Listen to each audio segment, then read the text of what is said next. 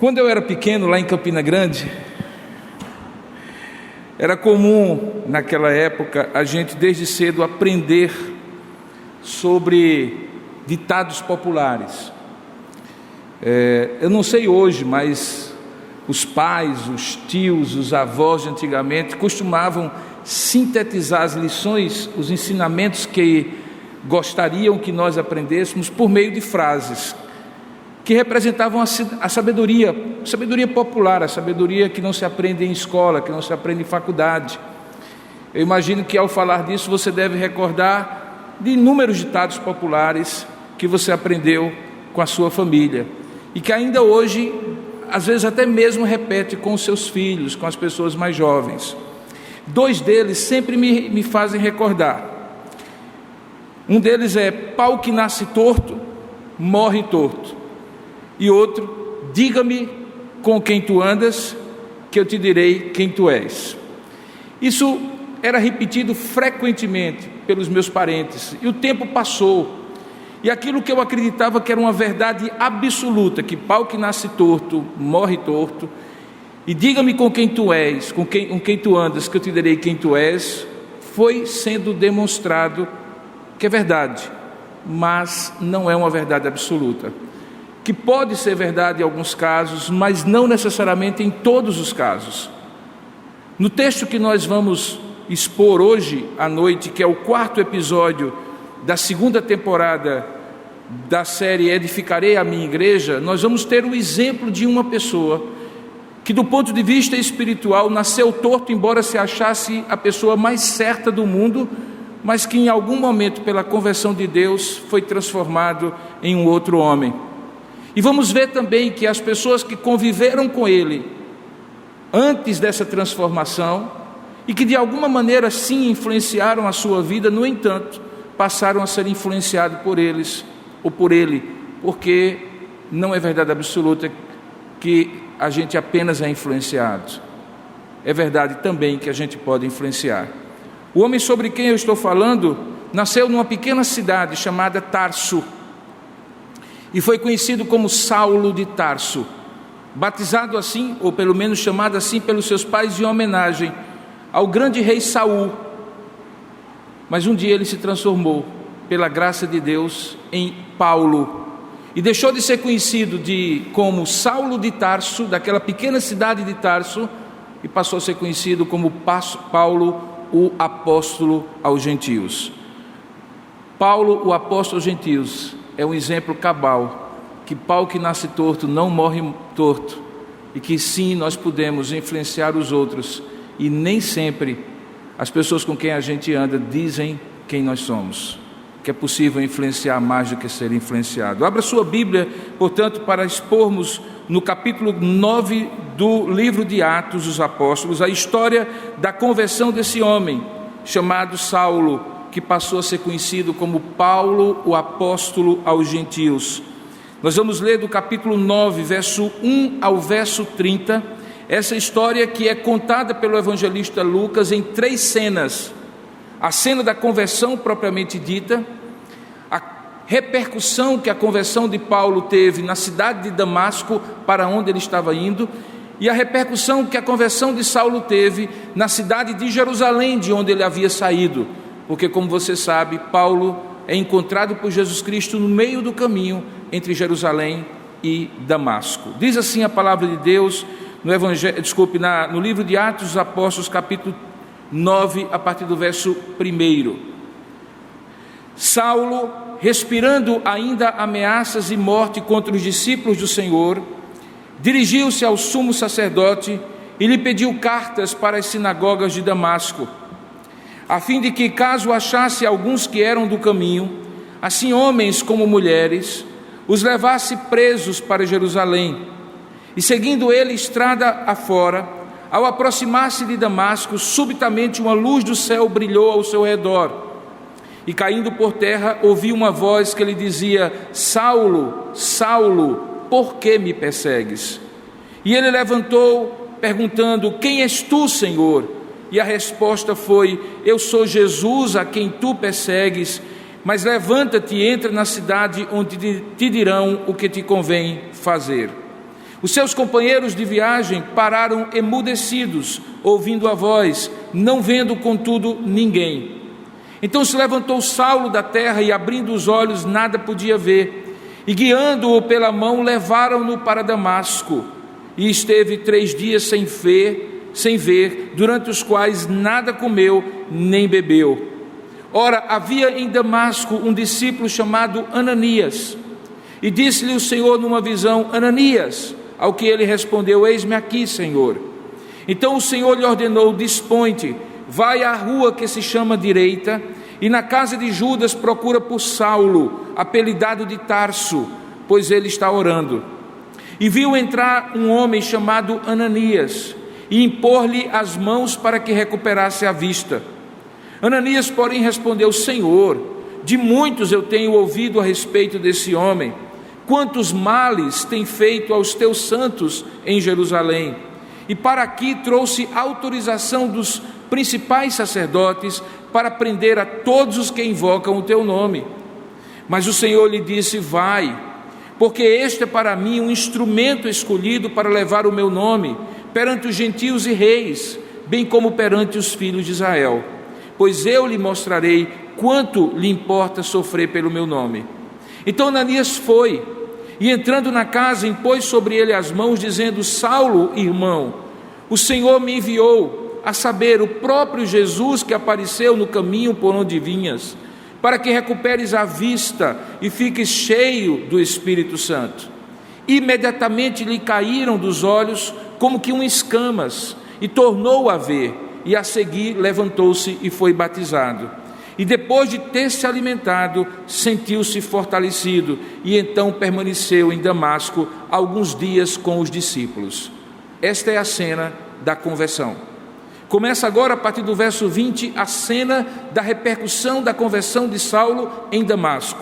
E assim Lucas descreve: E logo pregava Saulo nas sinagogas a Jesus, afirmando que este é o Filho de Deus. Ora, todos os que o ouviam estavam atônitos e diziam: Não é este que exterminava em Jerusalém os que invocavam o nome de Jesus, e para aqui veio precisamente com o fim de os levar amarrados aos principais sacerdotes? Saulo, porém, mais e mais se fortalecia e confundia os judeus que moravam em Damasco, demonstrando que Jesus é o Cristo. Decorridos muitos dias, os judeus deliberaram entre si tirar-lhe a vida.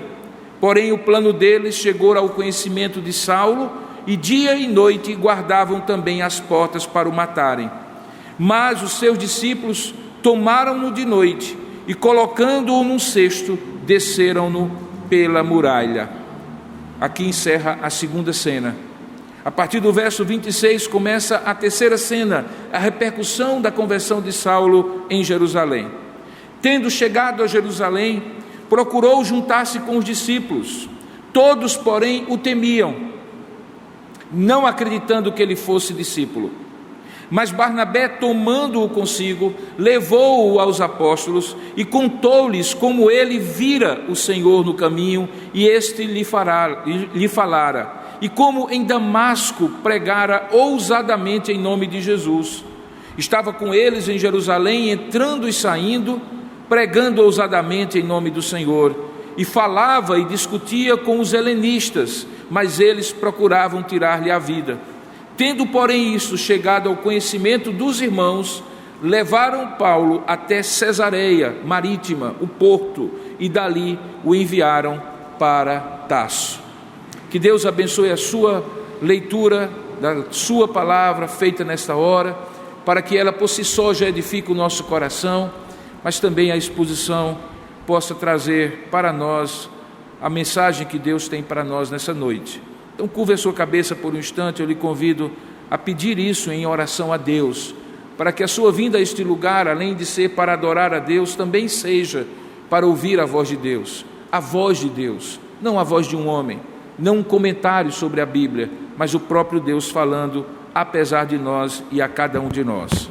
Curva então sua cabeça, feche os seus olhos e vamos juntos orar ao nosso Deus.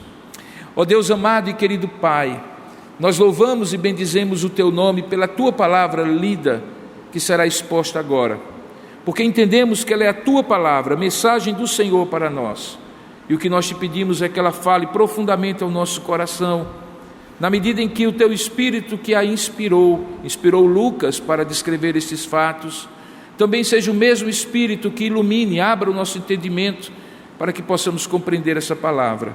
Oramos assim, crendo que, se assim Tu fizeres, como de fato nós confiamos que farás, nós sairemos daqui abençoados, glorificando o Teu nome, edificados, e por isso Te daremos a honra, a glória e o louvor que Tu mereces. Pois é assim que nós Te oramos e Te agradecemos, em nome e para a glória do nosso Senhor Jesus Cristo. Amém. Queridos, nos dias de Paulo, a viagem a pé de Jerusalém para Damasco levava cerca de 4 ou 5 dias. A distância, ainda hoje, obviamente, é de 240 quilômetros. E as pessoas que saíam de Jerusalém para Damasco, certamente programavam a sua viagem com algumas paradas. 4 ou 5 dias implicava pelo menos 3 noites na estrada para dormir. Nós não sabemos exatamente em que parte da história, em que parte da jornada, Paulo teve esse encontro transformador com Jesus Cristo. Mas a descrição que nós temos da Bíblia é que aquela viagem não era uma viagem fortuita, não era uma viagem a passeio. Paulo estava ali como movido por uma missão. Damasco era a capital da Síria já naquela época, uma das cidades mais antigas do Antigo Oriente, e era um importante centro comercial para onde convergiam caravanas de todas as direções do mundo antigo e onde a fé cristã havia começado a florescer.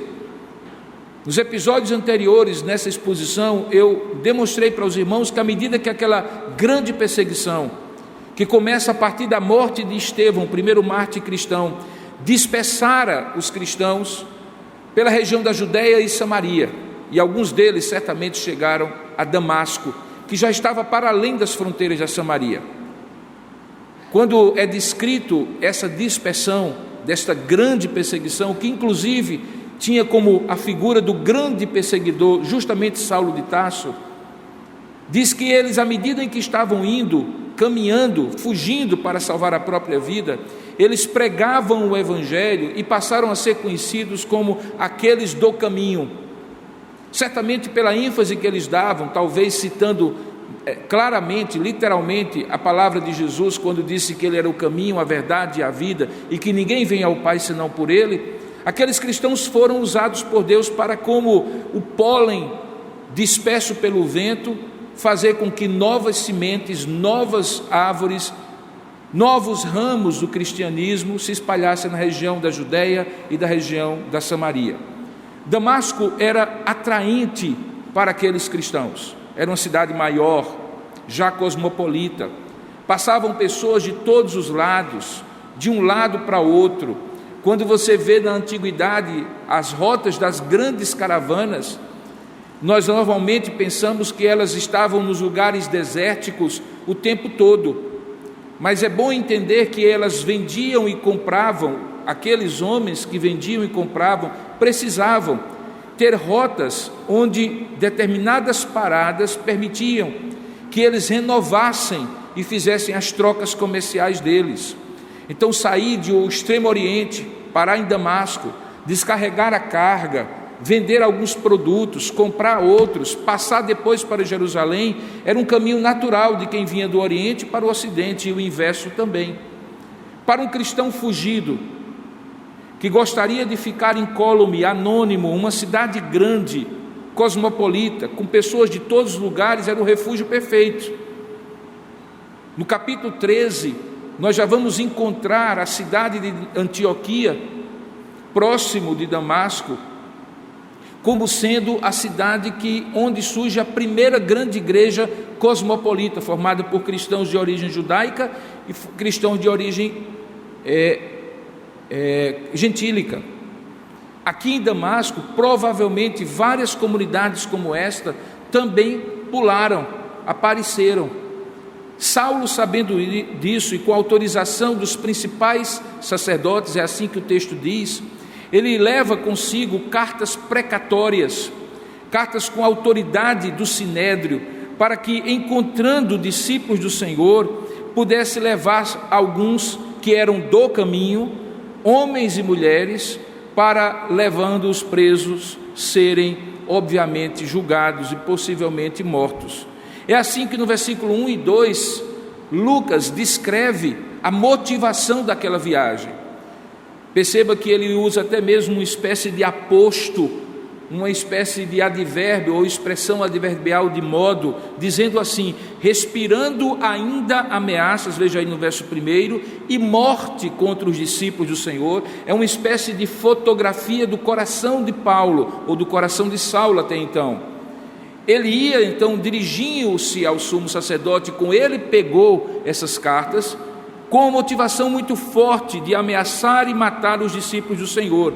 Para isso ele tinha que ter autoridade, ele tinha que ter uma autorização do Sinédrio, e é com essa autorização que ele chega para Damasco. Em algum momento dessa viagem de 4 ou 5 dias, diz o texto que em dado momento, no versículo 3, quando ele estava seguindo estrada fora, já mais próximo de Damasco do que de Jerusalém, subitamente, para mostrar que não era um fenômeno natural, uma luz do céu brilhou ao redor dele e daqueles que estavam com ele. Possivelmente aquela luz fulgurante assustou os animais, porque obviamente eles não iam a pé, e Paulo certamente caiu ao chão, porque diz um pouco adiante que ele se levantou e entrou na cidade. A ideia de que Paulo caiu do cavalo naquilo ali, embora não seja possível afirmar literalmente, mas é muito provável que isso possa ser deduzido do texto. O fato é que, junto com a luz do céu que brilhou ao seu redor, diz o verso 4, que já em terra ele ouviu uma voz que lhe dizia: Saulo, Saulo, por que me persegues? O diálogo que vai começar ali, entre aquela voz, que depois fica muito claro que é a voz do próprio Senhor Jesus, e Saulo de Tarso, revela o âmago e a essência da transformação que aconteceu na vida de Saulo. Repare que, em primeiro momento, Saulo é surpreendido pelo fato de que aquela perseguição que ele pensara outrora, que era direcionada aos discípulos do Senhor, na verdade, era uma perseguição ao próprio Senhor. Jesus chama para si aquela perseguição. Ele é quem pergunta a Saulo: Saulo, Saulo, por que me persegues? Diz o texto que na hora em que Saulo escuta essa voz, ele pergunta no verso 5 quem era aquele que falava: quem és tu? E então é revelado a ele: eu sou Jesus a quem tu persegues. Naquele momento, Saulo compreendeu que o zelo, toda a religiosidade judaica que ele professava, que o fazia ver os cristãos como inimigos, Jesus como um mal a ser combatido e exterminado de sobre a terra, é completamente mudado por aquele encontro. Saulo cai em si e percebe, que na verdade a perseguição que ele fazia contra os discípulos do Senhor era perseguição contra o próprio Senhor. O texto descreve que, ato contínuo, depois de se apresentar, Jesus diz que ele deveria levantar-se e entrar na cidade, onde te dirão o que convém fazer. Para um homem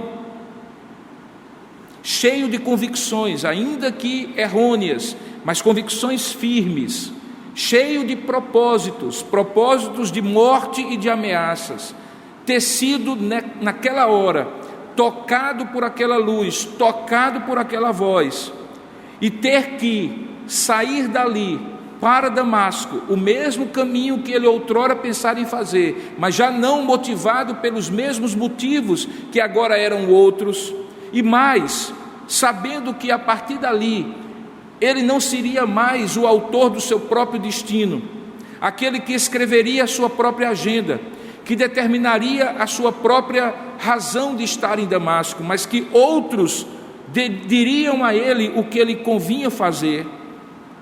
certamente foi uma mudança que humilhou o coração daquele homem. A história da conversão de Saulo é contada em 3 textos do livro de Atos. Aqui no capítulo 9 e um pouquinho mais na frente, no capítulo 22, pelo próprio apóstolo Paulo, e no capítulo 26, também pelo próprio apóstolo Paulo. Nessas 2 outras versões, no capítulo 22 e no capítulo 26, quando Paulo conta diante de tribunais como foi que ele se transformou no grande apóstolo aos gentios, sendo ele um homem arraigado, fariseu de fariseus, judeu zeloso, contrário e inimigo ao cristianismo, talvez lhe dê, se você depois tiver a oportunidade de ler, uma descrição melhor de como Paulo, tempos depois, interpretou isso que Lucas acabou de descrever. Nesta primeira versão, é Lucas que conta aquilo que Paulo passou. Como nós sabemos, no livro próprio de Atos, Lucas se transformou num companheiro de jornada de Paulo. Em algumas das viagens missionárias, Lucas estava com Paulo. E possivelmente Lucas ouviu a mesma descrição que depois ele registra no capítulo 22 e no capítulo 26. Quando nós olhamos, no entanto, essas 3 versões, nós vamos olhar alguns detalhes que diferem de uma versão para outra. Não é que há contradição, é simplesmente Paulo adaptando e enfatizando alguns aspectos numa ocasião, outros aspectos noutra ocasião, para cumprir o objetivo de convencer a pessoa diante de quem ele estava se defendendo, ou de expor determinado ponto diante daqueles que estavam ouvindo a sua defesa no tribunal. Nesse texto de Atos capítulo 9, fica muito claro que a conversão de Paulo foi uma conversão dramática, transformadora, que num único ato mudou o coração daquele homem. Nós olhamos e vemos que quando ele ouve dizer, entra na cidade, onde te dirão o que te convém fazer, o próprio evangelista Lucas descreve que a partir dali, repercussões do que tinha acontecido acontecem no coração das pessoas que estavam ali presenciando. Veja o verso 7. Os companheiros de viagem de Paulo, possivelmente pessoas que, como ele, estavam imbuídos desse ideal macabro de matar cristãos, diz o texto no versículo 7 que os seus companheiros de viagem pararam emudecidos. Mas há um detalhe que Lucas conta: eles ouviam a voz, mas não viam ninguém.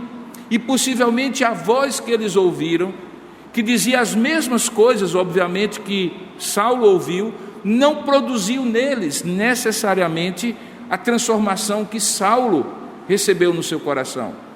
Mas é muito provável que alguns desses homens acompanharam Saulo nos episódios seguintes, nas 2 cenas seguintes, na cidade de Damasco e na cidade de Jerusalém.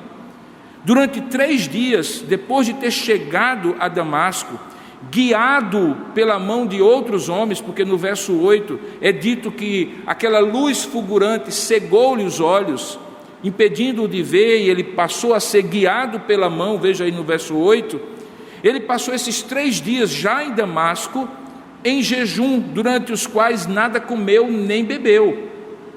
Não fica muito claro no texto se isso era uma condição, um trauma daquela experiência realmente dramática que ele passou, ou uma decisão de começar bem como um homem novo, de abrir mão da alimentação e da água para compreender, para fazer sentido na sua cabeça, do ponto de vista espiritual, do que tinha acontecido. O fato é que Lucas corta essa cena, que está centrada em descrever o que aconteceu com Saulo, e de repente, no versículo 10, ele muda o foco da sua câmara e coloca na vida e na pessoa de um homem, que é conhecido apenas como Ananias, um discípulo. Veja aí no verso 10, havia em Damasco um discípulo chamado Ananias. A palavra de Deus diz que Ananias, enquanto estava orando, o Senhor lhe deu uma visão, e o chamou também pelo nome, assim como chamou Saulo, Ananias. E assim como ele tinha aprendido, e Saulo haveria de aprender, ele imediatamente disse: eis-me aqui, Senhor.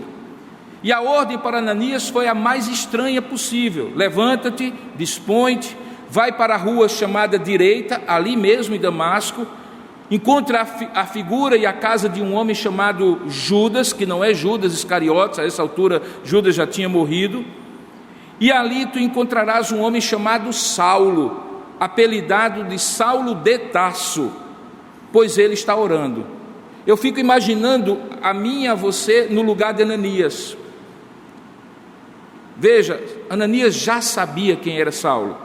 Lembre, Ananias era cristão e possivelmente um daqueles que havia fugido de Jerusalém por causa da grande perseguição perpetrada por este grande perseguidor.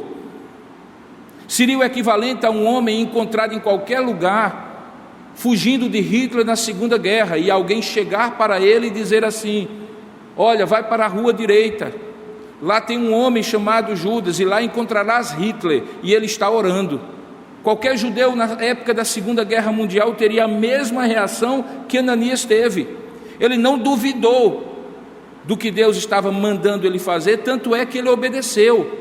Mas ele para por um instante e coloca aquilo que era natural e normal, que qualquer um de nós colocaria. Diz o texto que ele, na hora em que estava ouvindo isso, respondeu, verso 13, dizendo assim: Senhor, de muitos eu tenho ouvido a respeito desse homem, quantos males tem feito aos teus santos, que é a maneira que o Novo Testamento descreve os discípulos do Senhor, lá em Jerusalém. Ora, se já era difícil para esse homem conceber, visitar Saulo, mais difícil ainda era, porque diz o texto que era para que Ananias, sendo obediente, fosse até essa rua direita, na cidade de Damasco, na casa de Judas, para impor as mãos em Saulo e ele recuperar a vista. Talvez, como um cristão perseguido, sabendo que Saulo era o grande perseguidor, Ananias pensou consigo mesmo que ele fique cego, porque pelo menos vai fazer menos males aos cristãos que ele quis perseguir. Mas o fato é que o Senhor, quando ouve a conjectura, a dúvida de Ananias, sabendo inclusive, como Ananias expressa no verso 14, que Saulo teria poder na hora em que recuperasse a vista, se aquilo não fosse verdade, se aquela conversão não fosse genuína, de dar voz de prisão, porque ele trazia autorização dos principais sacerdotes para prender a todos aqueles que invocavam o nome do Senhor. Então era uma posição arriscada. Um homem que estava ali cego poderia se tornar o algoz daquele discípulo. Ele coloca tudo isso para Deus, e no versículo 15 e 16, Deus argumenta, demonstra para Ananias a razão por que ele deveria obedecer e o que havia de fato acontecido. Eu me recordo, era um pouco mais do que 8 meses do dia 11 de agosto de 1980, a tarde de quarta-feira em que Deus me alcançou no Evangelho, na minha própria casa, tendo ouvido o Evangelho de 2 pessoas que pregaram para mim sobre Jesus, quando pouco mais de 8 meses, tendo sido batizado 6 meses depois, em dezembro de 1980, na igreja presbiteriana, que eu entrava numa escola bíblica dominical no domingo pela manhã, e como eu estava chegando um pouquinho depois do horário que já havia começado, eu sentei no último banco daquela primeira igreja, ou igreja presbiteriana de Campina Grande, igreja presbiteriana central de Campina Grande, e pregava naquele lugar ali, ou dava aula de escola dominical, uma missionária do Betel brasileiro, por nome Heloísa, e ela fazia a exposição desse texto. E foi naquela ocasião, 8 meses depois da minha conversão, que eu escutei essas palavras e nunca mais esqueci delas, porque elas foram as palavras que Deus usou, não apenas para justificar a Ananias, porque ele deveria colocar de lado o medo, a desconfiança, e ir em busca daquele novo irmão que Deus havia lhe dado, mas também porque a partir daquele dia Deus estava também me chamando, obviamente numa proporção completamente diferente da de Saulo de Tarso, para também ser um instrumento. Naquele dia eu dediquei minha vida ao ministério, não sabia se iria ser pastor presbiteriano, o que haveria de vir depois, mas eu me recordo como se fosse hoje, que eu baixei a minha cabeça naquele último banco e disse: Senhor, se Tu estás me chamando, como chamasse Saulo de Tarso, eis-me aqui. Eu tinha pouco mais de 15 anos, não tinha completado 16 anos ainda. Isso aconteceu há muito tempo, hoje eu tenho 56, portanto 40 anos se passaram, e essa palavra foi forte o suficiente para manter-me durante os 7 anos em que eu fiz Instituto Bíblico e depois seminário, e desde então, durante os 33 anos de ministério que Deus me deu até agora. A palavra que Ananias ouviu originalmente, e que eu ouvi em 1980 foi: vai, Ananias, sem questionamentos, vai, Ananias, sem dúvidas, vai, Ananias, sem desconfiança, vai, Ananias, porque este é para mim, dizia Deus, um instrumento escolhido para levar o meu nome perante os gentios e os reis, bem como perante os filhos de Israel, pois eu lhe mostrarei quanto lhe importa sofrer pelo meu nome. Perceba a ironia divina nesse argumento que ele usa para Ananias. O homem que tinha saído de Jerusalém para perpetrar sofrimento e morte contra os discípulos do Senhor, era dito agora a Ananias que ele aprenderia, porque Deus lhe mostraria quanto importa não fazer os outros sofrerem, mas sofrer por amor a Cristo. E por isso Ananias deveria ir, porque Deus havia escolhido antes da fundação do mundo. Não importa a trajetória, não importa a tortuosidade do caminho de Paulo, não importava que ele fosse um pau torto, que nascera torto do ponto de vista espiritual, como todos nós somos tortos do ponto de vista espiritual, porque todos pecaram e carecem da glória de Deus, quer persigamos ou não, quer tenhamos sido cruéis e facínoras como Paulo ou não. O fato é que ali era um instrumento escolhido para levar o seu nome perante os gentios, e essas categorias são categorias representativas. Paulo, posteriormente conhecido como apóstolo aos gentios, não escolheu um grupo determinado para quem ele deveria pregar. Foi Deus que resolveu usar Paulo para alcançar outros povos, línguas, tribos e nações, além dos judeus. Quem chamou Paulo para ser apóstolo aos gentios não foi outro, não foi Paulo, foi o próprio Deus. Mas ele também, por conta disso, estaria, como de fato o restante do livro de Atos demonstra, diante de reis, de tribunais, e os próprios filhos de Israel ouviriam o evangelho de Jesus Cristo, o Messias prometido e esperado, pela boca de Paulo. E tudo isso foi dito a Ananias naquele momento. Bom, com esse tipo de argumento, em que Deus diz para alguém: eu é quem escolho, não é você que escolhe, eu é que chamo os meus instrumentos, não é você que escolhe. Ananias, pau que nasce torto pode ser transformado, não é você que vai dizer que para esse não tem jeito, não é você que vai ter medo e desconfiança, porque talvez essa pessoa esteja fingindo uma conversão. Eu sei o que eu fiz, eu sei com quem eu encontrei, eu sei quem eu havia escolhido antes da fundação do mundo, portanto vai, porque este para mim é um instrumento escolhido para levar o meu nome perante os gentios e reis, bem como perante os filhos de Israel, e eu lhe mostrarei quanto importa padecer pelo meu nome. Diante daquele argumento, diz a palavra de Deus no verso 17, Ananias foi, e entrando na casa, fez exatamente como Deus disse que ele deveria fazer, impôs sobre ele as mãos, dizendo, e aí já era uma outra expressão que Ananias usava, Saulo, irmão. Ali já era não apenas a conversão de Saulo a Cristo, mas a conversão de Ananias a Paulo. Não era mais o reconhecimento que Saulo tinha de que ele estava perseguindo na verdade a Jesus e por isso precisava ser transformado. Agora era o reconhecimento de Ananias, que também converte o seu coração de uma desconfiança e de um medo contra Saulo para chamá-lo e reconhecê-lo de irmão. É assim que ele se refere: Saulo, irmão, o Senhor me enviou, a saber, o próprio Jesus que te apareceu no caminho por onde tu vinhas, para que tu recuperes a vista e fique cheio do Espírito Santo. E ao dizer essas palavras, o texto descreve no verso 18 que imediatamente lhe caíram dos olhos como que umas escamas, e ele tornou a ver, e a seguir levantou-se e foi batizado em o nome do Senhor. E depois de ter se alimentado, sentiu-se fortalecido e permaneceu em Damasco alguns dias com os discípulos. O que Lucas quer com essa primeira cena? O que ele quer que eu e você saiamos nessa noite convencidos daqui com essa primeira cena?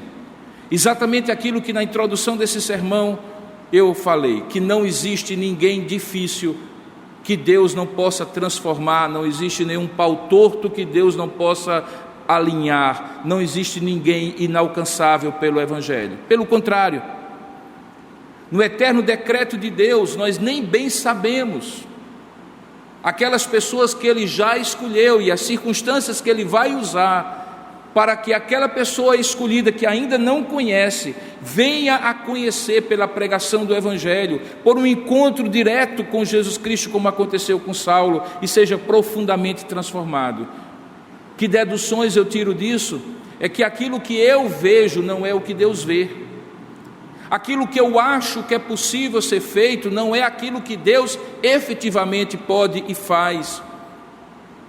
Que aqueles que eu julgo previamente pelo seu histórico de vida podem estar com o encontro marcado com Deus em alguma estrada para Damasco.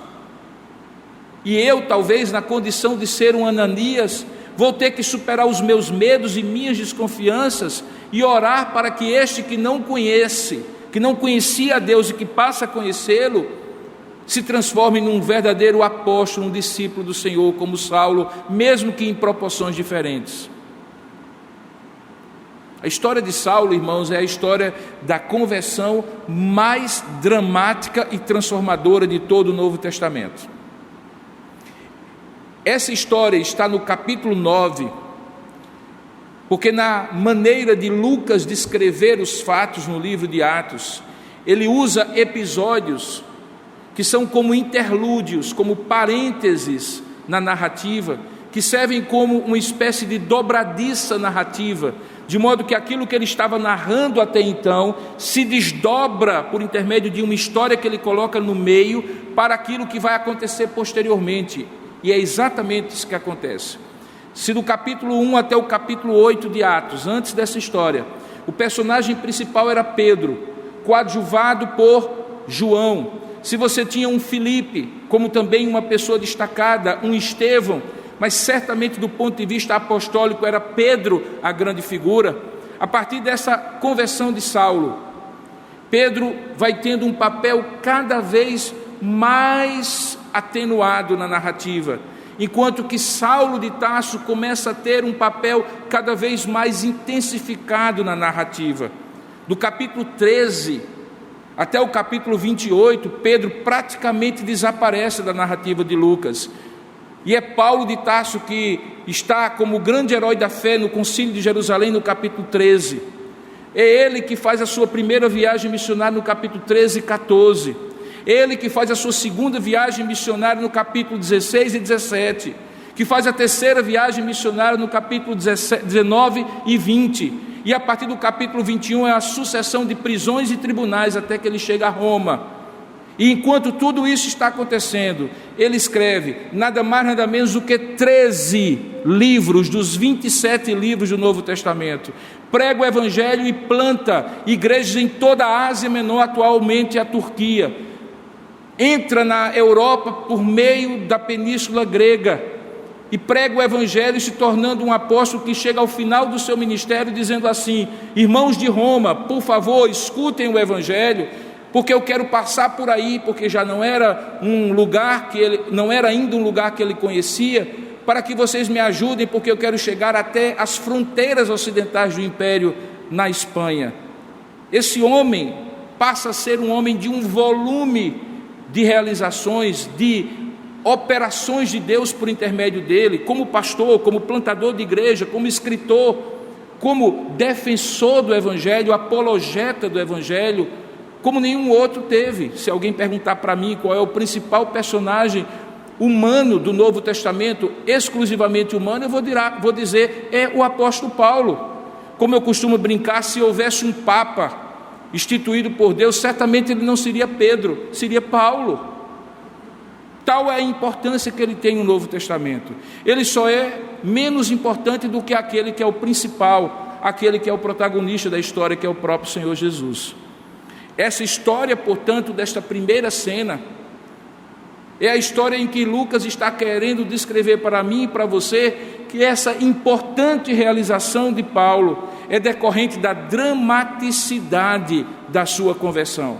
Quem é convertido como Paulo foi convertido, não é convertido para sentar e receber, mas para sair e compartilhar. Não é sentado apenas para ser um canal, ou melhor, um recipiente passivo da graça de Deus, mas como o texto mesmo diz, ele é encontrado por Jesus para ser um instrumento ativo, para que o nome dele chegasse aos lugares mais distantes. É por isso que ele está aqui no capítulo 9, descrito por Lucas. Lucas não se detém, porém, em apenas descrever o que acontece. Ele vai agora investir os versículos seguintes, como eu falei, em duas outras cenas. Paulo havia chegado em Damasco, tinha passado 3 dias sem comer e beber. Enquanto isso, Deus falou a Ananias. Ananias vai à casa de Judas, impõe as mãos sobre ele. Ele tira agora as vendas dos olhos, as escamas lhe caem, ele passa a ver. Ananias começa a perceber que aquele homem de fato era crente, o batiza. E a coisa mais curiosa aqui é que é Jesus usando Ananias, um discípulo, para batizar um apóstolo. Lembre que no final do capítulo 28 de Mateus, Deus dá aos apóstolos a autoridade para batizar todos aqueles que se tornassem discípulos em nome do Pai, do Filho e do Espírito Santo. Saulo é um ponto fora da curva, ele é batizado por um não apóstolo e vem se tornar um apóstolo porque viu a Jesus ressurreto.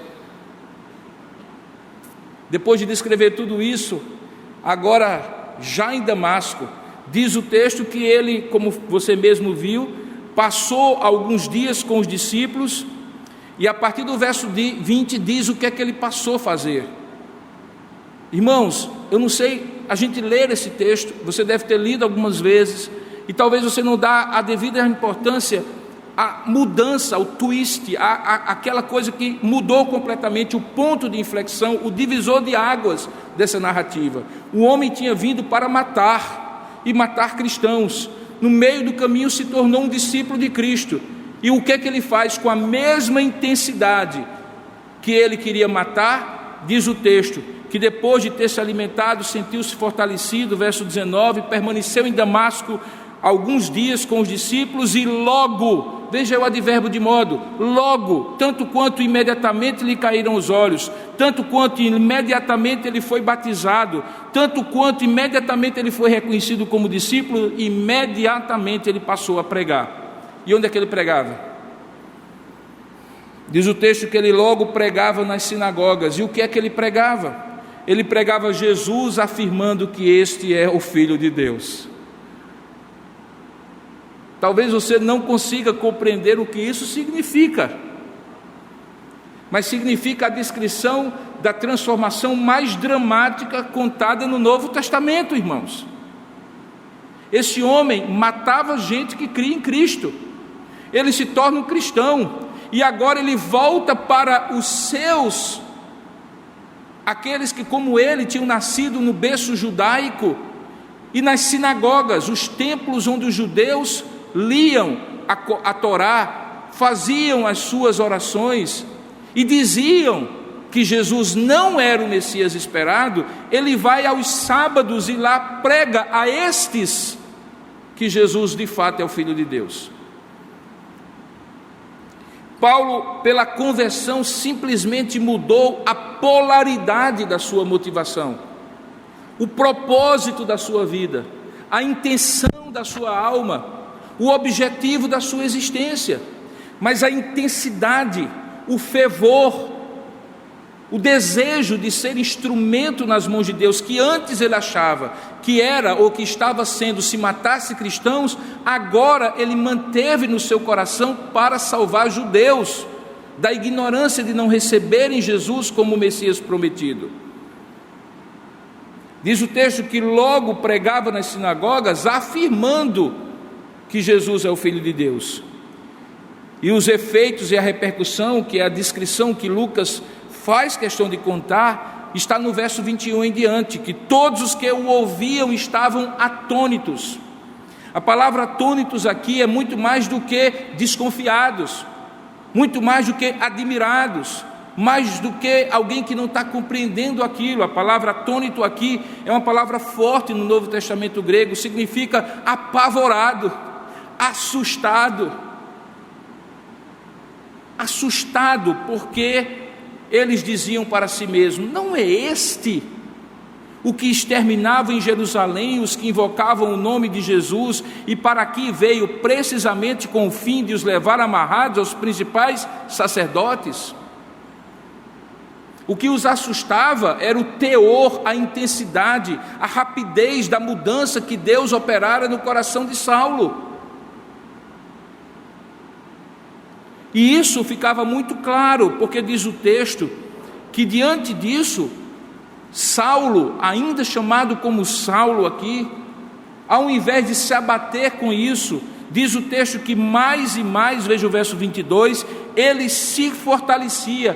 E aí Lucas descreve com um outro verbo a reação que não os discípulos, mas agora os judeus que moravam em Damasco começaram a ter, porque eles começaram a ficar confusos.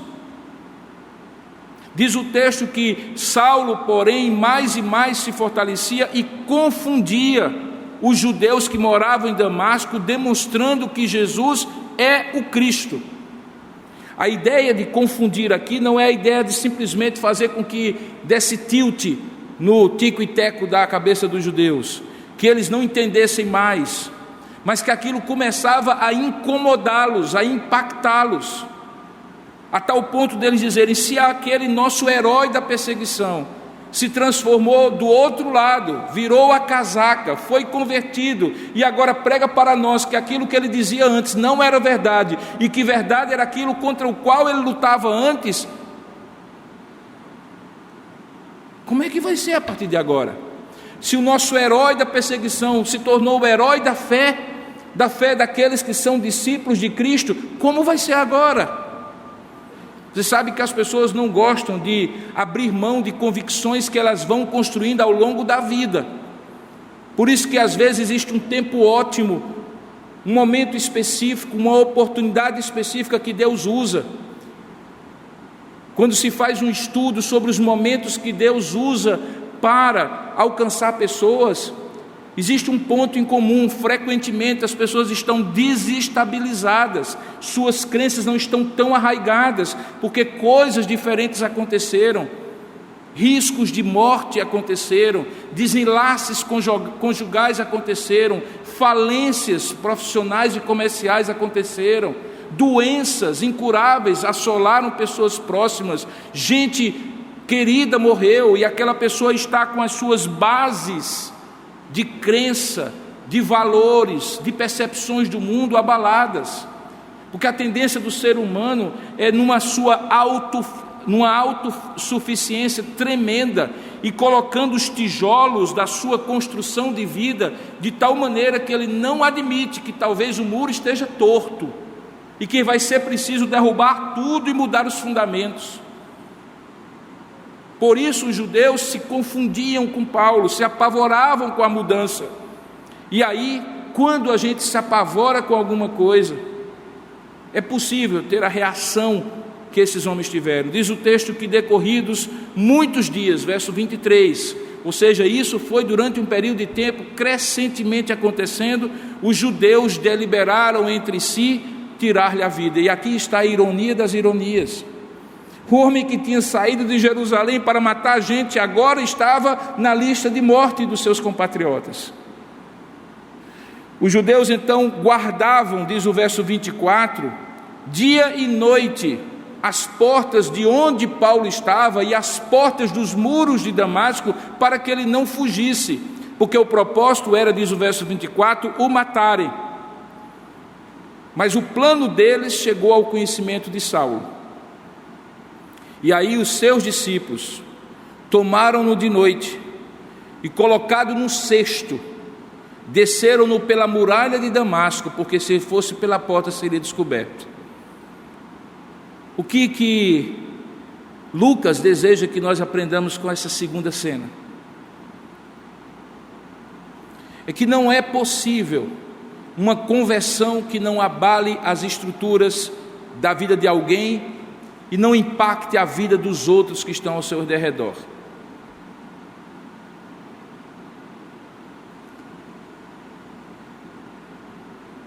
Minha avó materna viveu até os 97 anos. Até os 93, ela foi uma mulher que na sua formação religiosa entendia que a fé cristã protestante era uma traição à fé católica romana dela. Mesmo casada com um evangelista da Assembleia de Deus que era meu avô, mesmo vendo vidas dos filhos e dos netos, eu sou o neto mais velho, fui o primeiro dos netos a se converter, ela não admitia a ideia. Eu me recordo, como se fosse hoje, das visitas aos domingos na casa da minha avó, e como era complicado, mesmo sendo crente, abordá-la, porque ela se fechava, ironizava, me saudava com a paz do Senhor, meu filho, você agora é dos da lei dos crentes.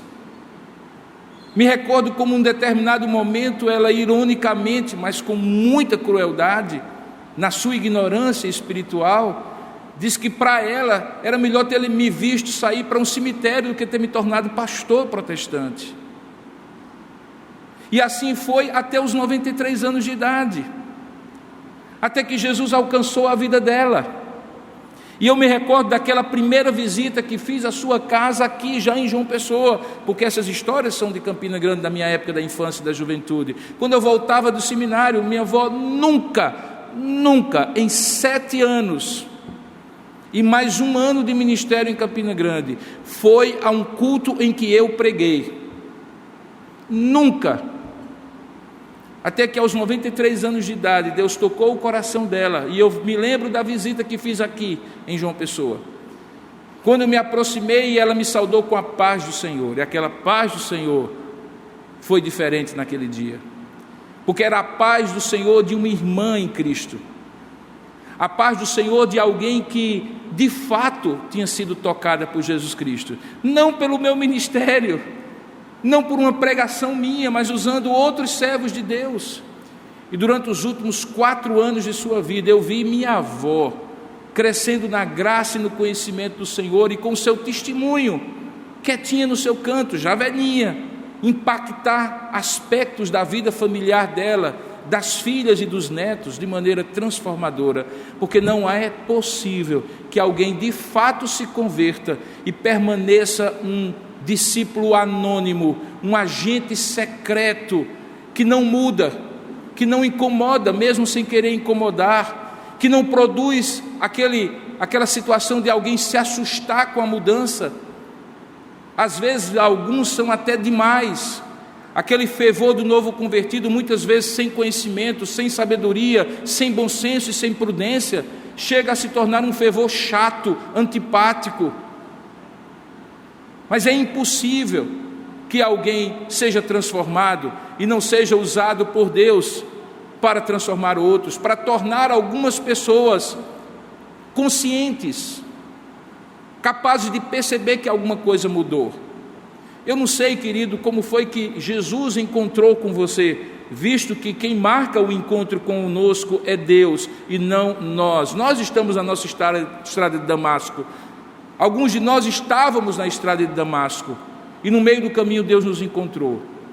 Mas se você é daqueles que foi de fato encontrado por Jesus, e não apenas mudou de religião, passou da lei para os crentes, para a lei dos crentes, como dizia minha avó, a sua conversão, mesmo que tenha sido ao longo de um processo, tendo sido criado na igreja, por exemplo, mas ela transforma, e se ela transforma, ela incomoda, ela impacta as outras pessoas, ela faz com que as outras pessoas se fiquem perguntando o que aconteceu.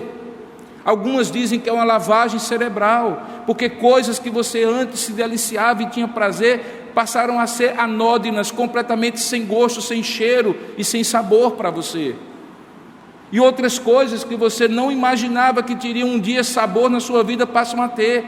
Eu me lembro quando em 2 meses e 17 dias eu li a Bíblia toda pela primeira vez, logo que eu me converti. Minha mãe, na época, que veio a ser minha filha na fé, mas que não era crente, pensava que eu tinha me tornado louco. Não deixei outras coisas, continuava sendo um jovem de 15 anos, mas o tempo que eu tinha, eu abria aquela Bíblia, eu lia aquela Bíblia, eu marcava de vermelhinho as referências que falavam do sangue de Jesus, de amarelo as coisas que falavam da graça de Deus, de azulzinho. A primeira Bíblia minha é uma Bíblia colorida, porque eu queria aprender aquilo.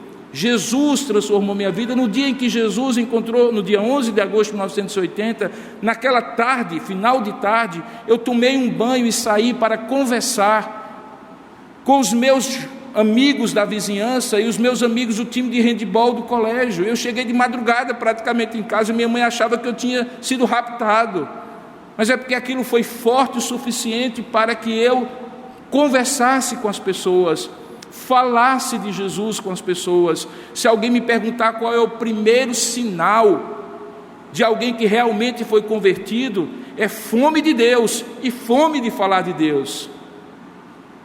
É fome de conhecer o desconhecido que até então lhe era privado, e fome de fazer os outros conhecerem, porque, como eu costumo dizer, se eu vou num restaurante e a comida é boa, se eu assisto um filme e gosto, se eu tomo um remédio e me ajuda, como eu não posso falar dessas coisas?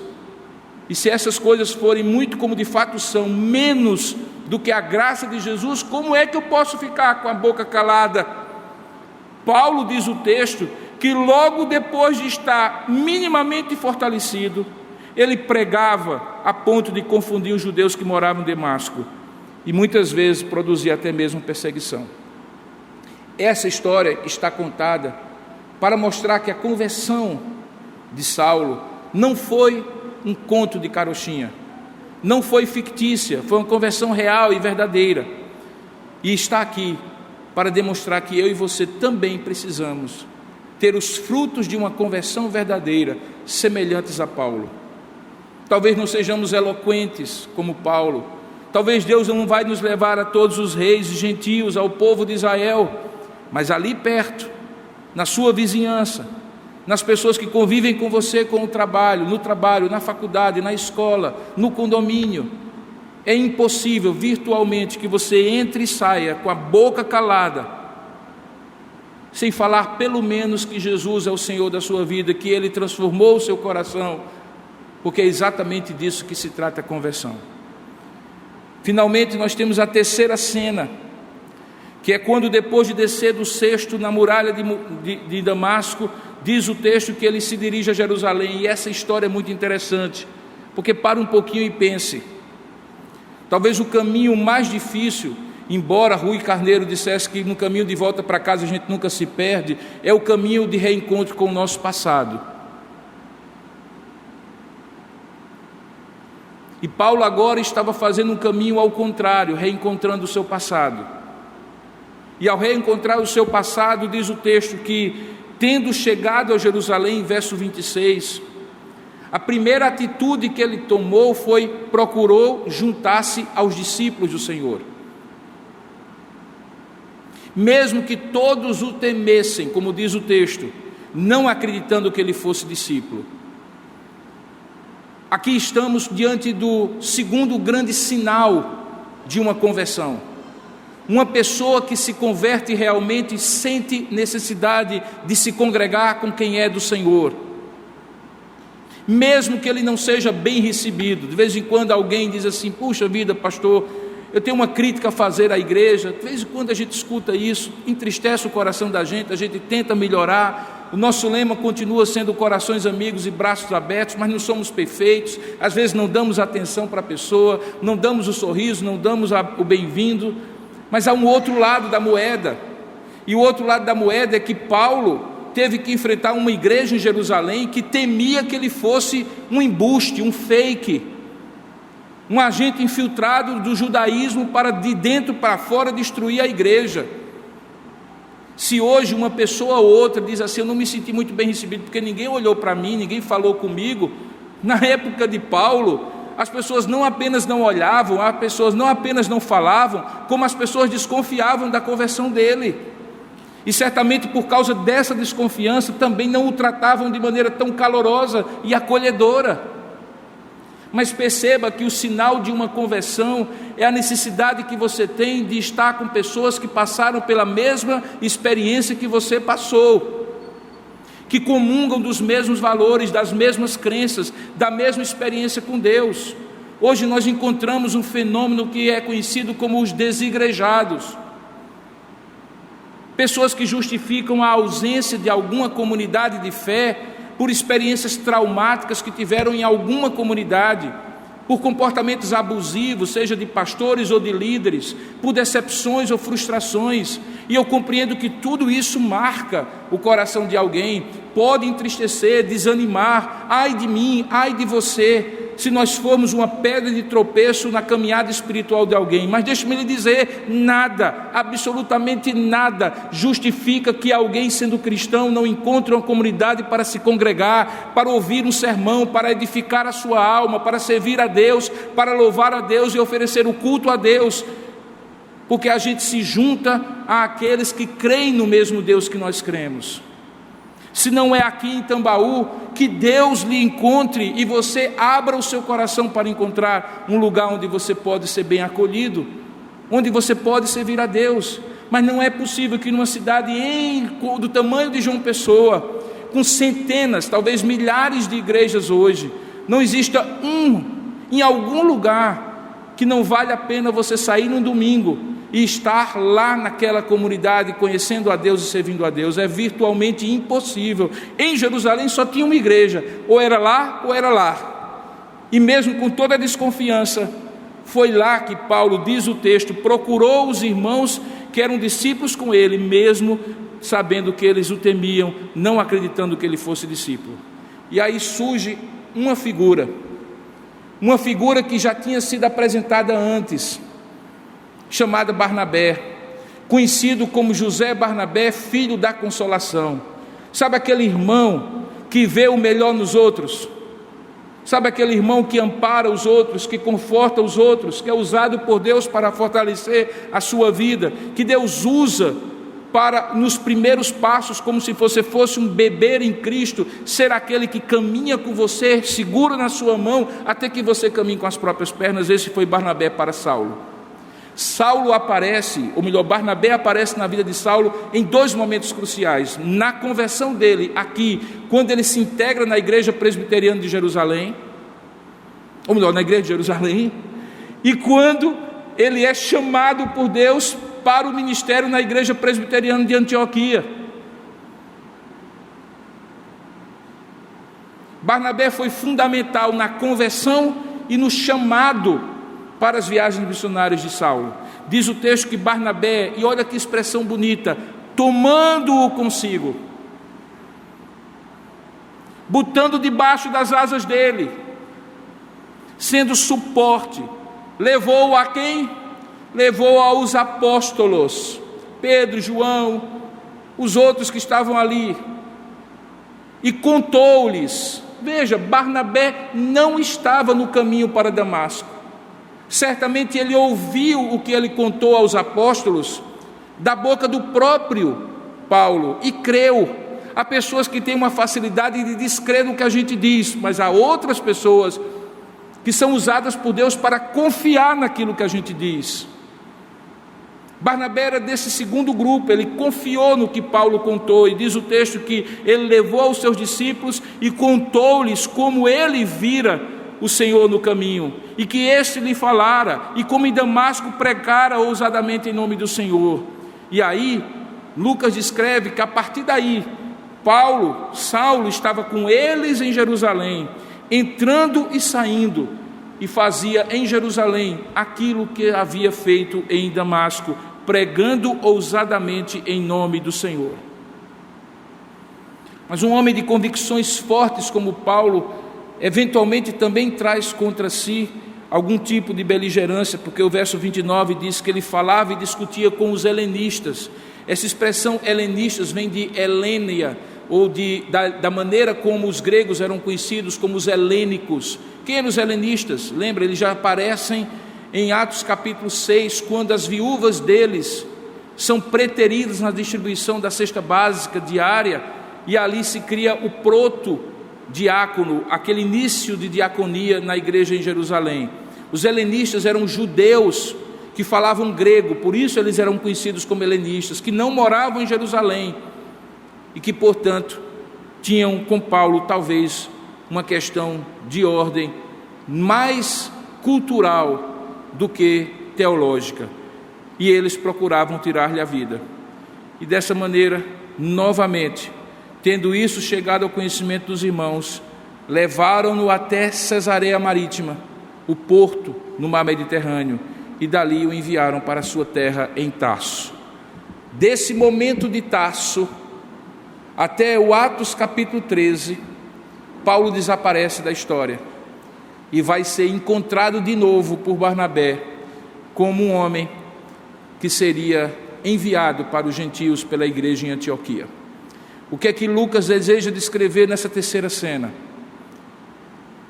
Que Deus sempre coloca ao nosso lado pessoas que superam desconfianças e medos, e como Barnabé nos confortam, nos sustentam e nos apoiam nos primeiros momentos da nossa vida. A grande questão é, nós queremos que existam Barnabés para nós. Eu tive 2 irmãos em Cristo, um que me ensinou o valor da oração. Joãozinho era assim, meu amigo de igreja. Como orava aquele homem, jovem ainda, dependente de Deus, e como ele me ensinou a ser dependente de Deus, a não ser autossuficiente, a achar que somos nós que fazemos. E Deus usou um outro homem, Joanildo, um homem que era jovem como eu, que tinha um zelo pela palavra, conhecia a palavra como poucos, e que me ensinou a ler a Bíblia, fazer estudo bíblico, tirar minhas primeiras dúvidas de fé. Quando eu fui ao Instituto Bíblico, pouco mais de 1 ano depois de me convertir, eu já tinha lido a Bíblia 3 vezes. Eu já conhecia a Escritura Sagrada, eu amava a Escritura Sagrada, lia livros, devorava livros, porque esse homem me ensinou o valor de conhecer a Sagrada Escritura. A grande questão é que a gente quer que existam Barnabés na nossa vida, mas a gente não quer ser o Barnabé do outro. Você consegue ver pessoas novas nessa igreja? Eu vejo todos os domingos gente nova chegando. Mal dá tempo de se apresentar, mal dá tempo de conhecer. Eles conhecem você primeiro do que a mim, como pastor. Conhecem você primeiro do que aos presbíteros da igreja. Sabe quem Deus quer usar como Barnabé nessas vidas e pessoas? Você. Você precisa ser o Barnabé. Você precisa fazer as honras da casa. Você precisa apresentar essas pessoas aos apóstolos, aqui figuradamente representando a liderança da igreja. Sejam irmãos queridos que estão vindo de outras cidades e que estão procurando uma igreja que se pareça um pouquinho com a igreja de onde eles vieram, para que eles não se sintam tão fora de casa numa cidade estranha. É você que tem que ser o Barnabé. Gente nova na fé, que precisa conhecer e ser ajudada na oração e na palavra. É você o Barnabé. Esse texto está descrito aqui para que você não espere que outros sejam Barnabés seus, mas que você seja Barnabé de outros. Estamos chegando ao fim do nosso sermão e o tempo urge. Eu gostaria de convidá-los, portanto, a refletir sobre como não pode ser uma verdade absoluta que pau que nasce torto morre torto, e que tu diga-me com quem tu és, que eu te direi quem. Diga-me com quem tu andas, que eu te direi quem tu és. Porque essa história de Saulo e as repercussões dela mostram que é mais poderosa a influência do Evangelho em você na vida de outros do que a influência de outros sobre o seu coração, se você realmente é convertido em Cristo. E seja você quem for, tendo a vida que você teve ou ainda tem, há um lugar na estrada de Damasco em que Jesus marcou um encontro com você para lhe transformar completamente, lhe trazer uma nova vida, fazendo com que você, que seja um Saulo de Tarso, se transforme de fato num apóstolo, num enviado, talvez não na mesma proporção, mas com o mesmo objetivo. Que Deus nos abençoe com essa palavra, edifique o nosso coração, desperte a nossa vida para viver essa vida como nós devemos viver em Cristo Jesus. Eu lhe convido a abrir a palavra de Deus, eu lhe convido a novamente curvar a sua cabeça, fechar os seus olhos, hoje eu estou meio confuso, e orar comigo nessa hora, pedindo isso a Deus. Ó Deus amado e querido Pai, eu te peço, Senhor, aplica a Tua palavra que foi exposta aos corações aqui presentes e também àqueles que estão participando à distância. Na minha limitação, ó Pai, na minha incapacidade de falar mais e melhor daquilo que o Senhor desejava falar ao coração dos Teus filhos e filhas, que seja o Teu Espírito que faça esse milagre e opere nos corações, para que todos aqui possam compreender que há possibilidade de mudança a qualquer tempo, e a influência que fazemos na vida dos outros precisa ser maior do que a influência de outros sobre nós. Abençoa-nos, ó Pai, é isso que nós oramos, em nome e para a glória de Jesus. Amém.